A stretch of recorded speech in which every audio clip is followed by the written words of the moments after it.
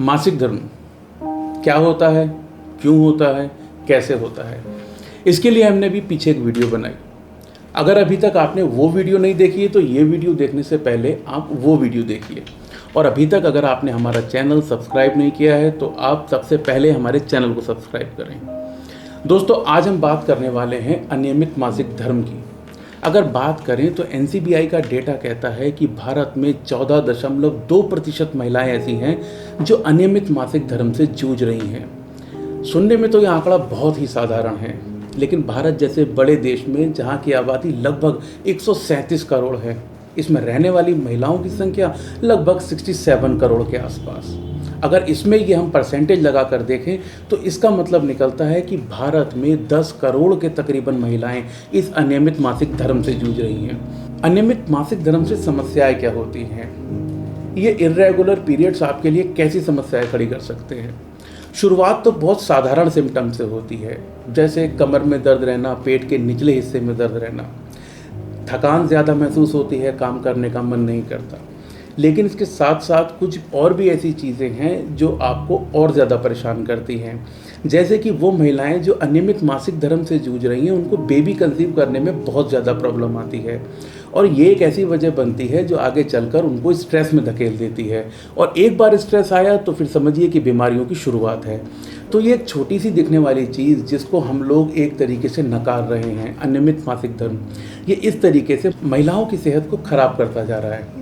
आज के हम इस वीडियो में बात करेंगे कि रेगुलर पीरियड्स क्या होते हैं, इर्रेगुलर पीरियड्स क्या हैं, वो कौन से रीज़न हैं या कौन से कॉजेज़ हैं जिनकी वजह से आपको भी इर्रेगुलर पीरियड हो सकते हैं, और साथ ही साथ वो कौन सी कंडीशन है कि जब आपको किसी डॉक्टर से, किसी आयुर्वेद आचार्य से कंसल्ट करना चाहिए। रेगुलर पीरियड्स, आमतौर पर लोग ये मानते हैं कि जो पीरियड्स की साइकिल है वो 28 डेज़ की होती है, लेकिन ऐसा है नहीं। जो सारी स्टडीज़ हैं, जो सारा डेटा है, उनके अकॉर्डिंग जो आपके पीरियड्स हैं वो 24 से लेके 35 दिन के बीच में कभी भी आ सकते हैं। यदि आपको 24 से लेके 35 दिनों के बीच में पीरियड्स होते हैं, इसका मतलब आपके पीरियड रेगुलर हैं। यदि आपके पीरियड 2 से लेके 8 दिन तक चलते हैं, आपको जो ब्लीडिंग है वो 2 से लेके 8 दिन तक चलती है, तो वो एकदम नॉर्मल है। इसके अलावा जो आपको ब्लड का सिक्रेशन होता है, अगर उसकी मात्रा निश्चित है, ना तो वो बहुत ज़्यादा है और ना वो बहुत कम है, यदि आपको एक एवरेज ब्लड सिक्रेशन होता है तो ये बिल्कुल नॉर्मल है। साइंस के अकॉर्डिंग ये ब्लड सिक्रेशन तकरीबन 60 से लेकर 65 ml तक का होता है। यदि आपके अंदर ये सारे सिम्टम्स हैं या आपके पीरियड कुछ इस तरीके से होते हैं तो आपके पीरियड एकदम नॉर्मल है। दोस्तों, यहाँ पर मैं साथ ही साथ एक महिलाओं की भ्रांति दूर करना चाहूँगा।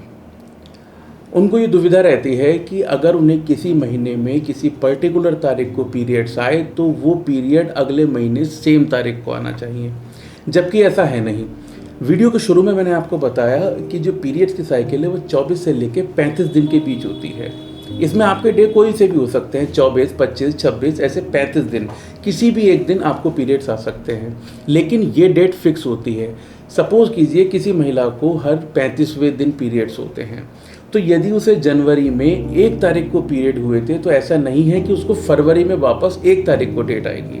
उसके लिए उसको जो अगली डेट आएगी वो 5 फरवरी को आएगी, क्योंकि उसका जो पीरियड साइकिल है वो 35 दिन का है।